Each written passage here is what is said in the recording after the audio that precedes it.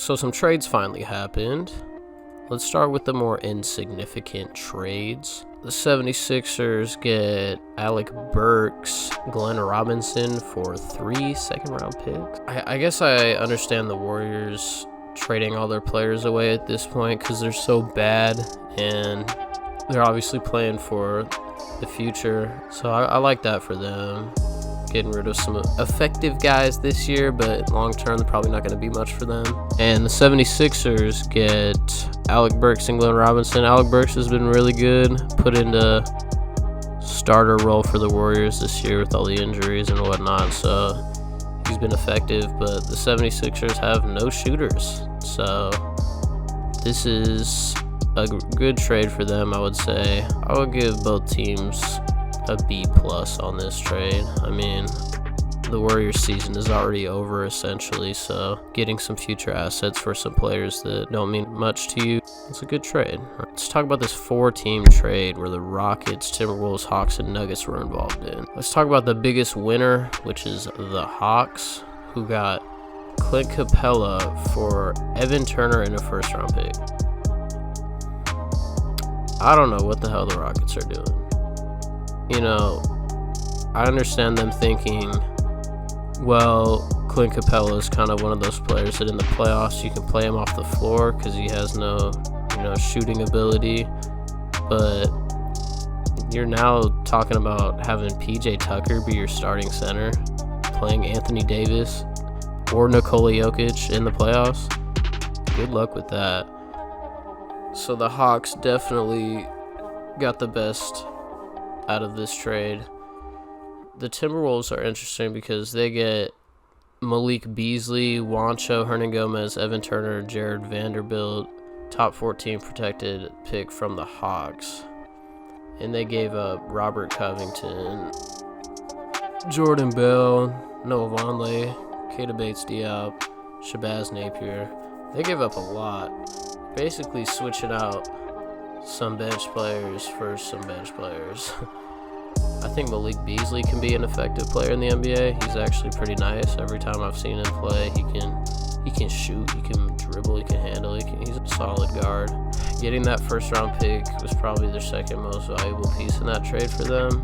But losing Robert Covington was the biggest loss for them. So let's talk about the Rockets, who got Robert Covington, Jordan Bell, and a Warriors 2024 second-round pick for losing Clint Capella, Nene, Gerald Green, and a first-round pick. I mean, it's Robert Covington. He's going to play defense. He's going to stretch the floor out. This is kind of what the Rockets haven't had ever since they lost Trevor Ariza.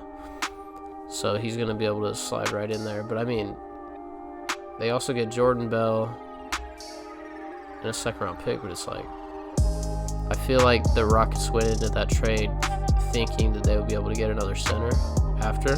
Look, but they did not get another center. So now you're talking about Westbrook, Harden, Eric Gordon, PJ Tucker, and Robert Covington as your probable starting 5. And that's going to be a team that can stretch the floor out, and we'll see how it plays in the playoffs. But on defense, you're just going to get abused by not only Anthony Davis, but if they meet up with the Nuggets, that's going to be bad news. The Nuggets in this trade got Shabazz, Noah Vonleh, Keita Bates-Diop, Gerald Green, and a first-round pick from the Rockets, and losing Malik Beasley, Juancho Hernangomez. From what I understand, they weren't going to keep Beasley or Juancho, and Jared Vanderbilt. They also lost Jared Vanderbilt, but I feel like this is kind of a trade where they were kind of just needed to be in the money situation. They get Noah Vonleh, and they've been injured at center this year, or more recently with Mason Plumlee being out, so he'll be able to play. Napier's a good bench point guard. Keita Bates-Diop, Gerald Green. But the Hawks definitely got the best end of that deal. The next trade, the Clippers get Marcus Morris and Isaiah Thomas, who they're going to waive. So going to be able to sign somewhere. And they gave up Mo Harkless and a first-round pick and Jerome Robinson. I mean, Marcus Morris can definitely come off the bench and help the Clippers potentially go over top of the Lakers this year. So I like this for them. Morris is a lot better than Harkless. Let's face that. I mean, that's just the facts. They gave up a first-round pick, but when you're a team that's at the top of the conference anyway, you're kind of playing for now, so that's not a big deal for them. They give up Jerome Robinson, which is, I think he's actually going to be pretty good, and he goes to the Wizards in this deal. So we'll see how he plays behind Bradley Beal, or I don't know if they'll put him at the point guard now that Isaiah Thomas is gone, but we'll see how that plays out. The Knicks got Harkless, a first-round pick.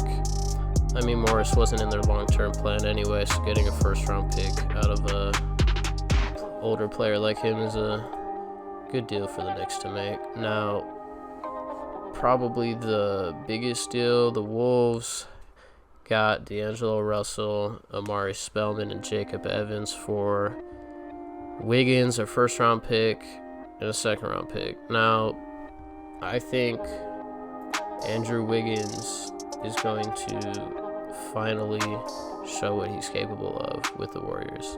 People say that they just shoot a lot of three-pointers, but I mean, let's face it, they have a really good staff.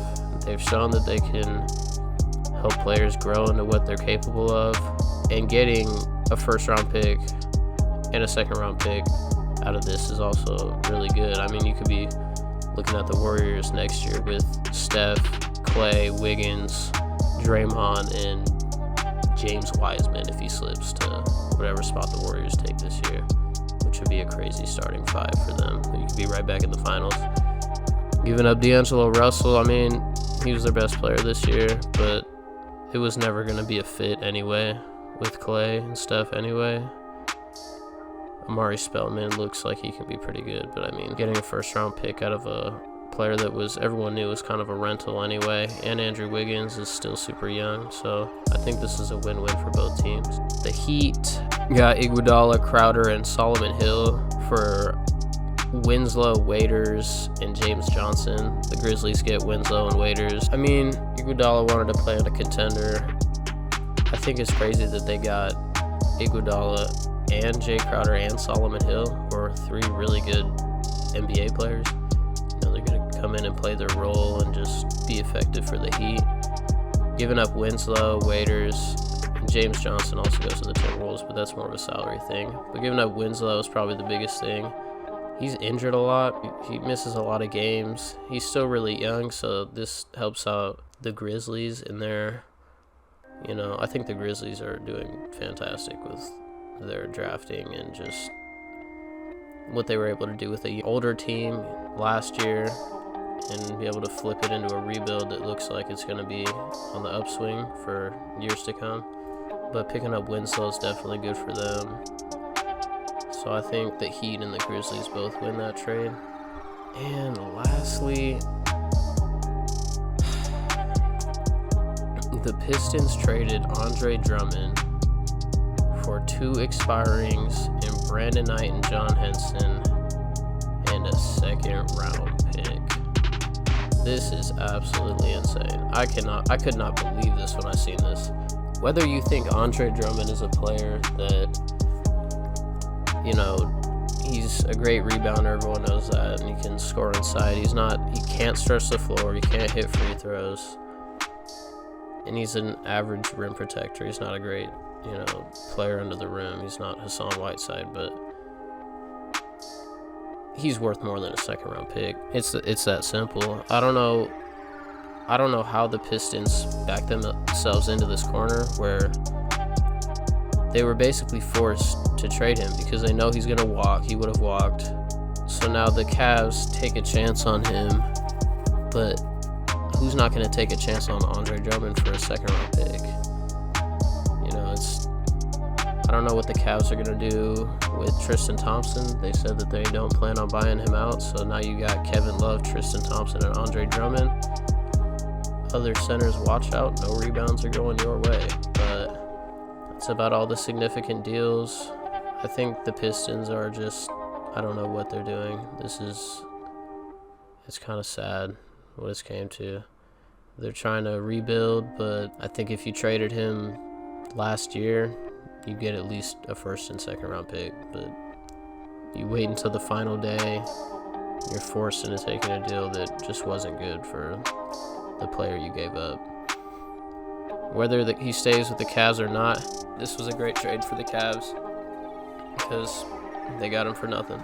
But that's about all I got, so see ya.